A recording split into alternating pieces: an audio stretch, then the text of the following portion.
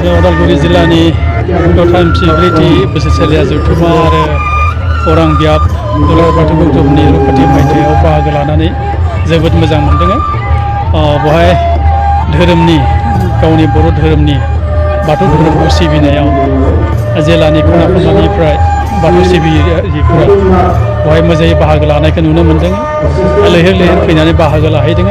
बे मोनसे गावनि धोरोमखौ अनसायनायनि मोनसे मोजांसिन आसा खालामदों जे उदालगुरि बेनिफ्राय आरो साबसिन मोजाङै खालामलांबावगोन आरो गावनि समाजखौ मोजाङै दैदेननायाव आरो गोजोर खालामनायाव नोजोर होगोन आरो फारसेथिं जिखिनि माबा मोनसे अभाब दङबा बेखायनो धोरोम बिजाबफोरनिफ्राय बिथांमोनहा सेमिनारफोरजों बा वार्कशपनि गेजेरजों बेखौ थिग खालामगोन। बेनिफ्राय जिखिनि दौरि आसारि दङ बिथांमोनखौबो सम सम बा क्वार्टारलि नङाब्लाबो हाफ यारलि जुदि वार्कशप लायो निस्सय गासै दौरि आसारिफोराबो जोंना राफोद जाहैगोन धोरोमनि बेलायाव बेखिनिखौनो आसा खालामदों।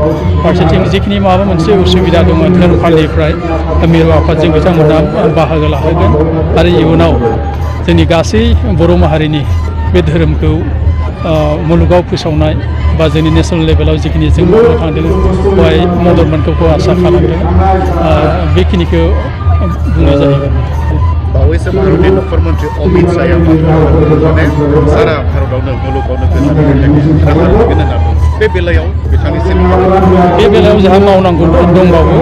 बिखेखै जों थेलामारिनि उनावनो जोङो आरजिआव थांदोंमोन। बे आरजिआव थांनायावथ' अफिसनिफ्राय जोंखौ बुंदों जे नोंथांमोनहा गासैबो थिगानो दङ। मिनिस्ट्रि लेभेलनिफ्राय जों ग्रिन सिगनेल मोनबानो नोंथांमोनखौ नेसनेल रिकगनाइज होनाय बा रिलिजियास कड जिखिनि बिदोङो हलिडे बेबो गासै जाहैगोन आरो खालि मिनिस्ट्रि लेभेलनिफ्राय माखासे जिनिस नांगौ दा बेवहाय दतमायाव फैनानै माबानि मिरुनि नखर मन्त्रि अमित शाहया जिखिनि खोथा बुंदों पार्लामेन्टआव जिखिनि खोथा बुंदों बेवहाय गासै सारा बिश्वनि मानसिखौनो मिथिहोनाय बादि जाहैबाय। जुदियावबा पार्लामेन्टआव बुंदों बेयावथ' ब्रडकास्ट जाहैदों सारा बिश्वनि मानसिखौ मिथिहोदों बर'आ मा आरो बर'नि धोरोमा मा आरो बिसोरो माबायदि आखुथायनि मानसि माबायदि आब्रुथिनि मानसि बेखौ मिथिहोदों। दा जोंनिफ्राय दुलाराय बाथौ गौथुमनिफ्राय मावनांगौ एसे खामानि दंबावो। दा जों बेखौ नाजागासिनो दङ बेखिनि सेन्सासनि बेलायाव बाथौनि माखासे माने गुवारै मिथिनो थाखाय बिजाबनि आंखाल होननानै बिथाङा दा बुंबाय जे दुलाराय बर' फरायसा आफादनि जि मोनथाय आयदा माखासे बे खोथाखौ बिथाङा बुंहरदों। धोरोमनि बागै जि माने गुबुन हारिनि मानसिफोरा मिथिनो थाखाय बाथौनि बागै मिथिनो थाखाय बिजाबा खोब आंखाल बेनि बेलायाव बे बेलायाव जिहेतु जोंनि गेजेराव गोबां बाहागो दङ। दुलाराय बाथौ गौथुमनि जिखिनि धोरोम बिजाब जोंना बाथौ थान्दै बेजों सोलिनाय दङ। ओमफ्राय गुरुखान्थिनि दङ।